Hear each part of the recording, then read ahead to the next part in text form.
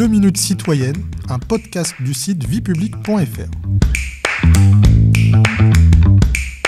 Bonjour à tous, je suis Guillemette, rédactrice pour le site viepublique.fr et je vais aujourd'hui vous expliquer comment est adopté un projet de loi de finances.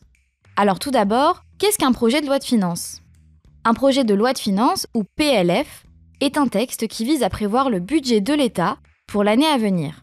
Encadré par la Constitution et par la loi organique du 1er août 2001, LOLF, les conditions d'examen du PLF se distinguent de celles des autres projets de loi.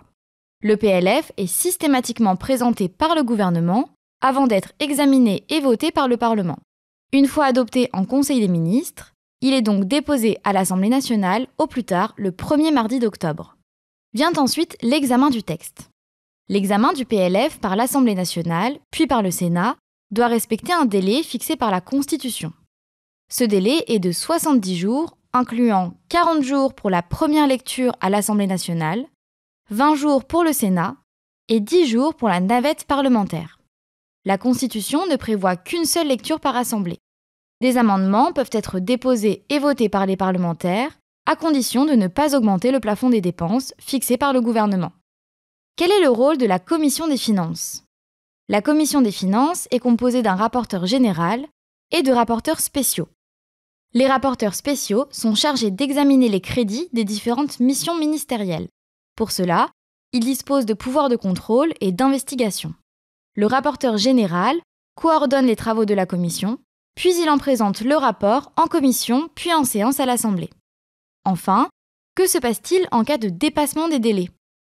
Si l'Assemblée nationale dépasse le délai de 40 jours, le gouvernement transmet le texte initial du PLF au Sénat, ainsi que les amendements votés par les députés et acceptés par lui. Le Sénat dispose alors de 15 jours au lieu de 20 pour discuter et adopter le texte. Si, à l'expiration de son délai, le Sénat n'a pas adopté le texte, le gouvernement saisit à nouveau l'Assemblée sur le texte qui avait été soumis au Sénat, en incluant les amendements votés par les sénateurs et acceptés par lui. Si malgré cela, le délai total de 70 jours n'est pas respecté, le gouvernement peut mettre en œuvre le projet de loi de finances par voie d'ordonnance. Le 31 décembre au plus tard, la loi de finances est promulguée par le président de la République et publiée au journal officiel.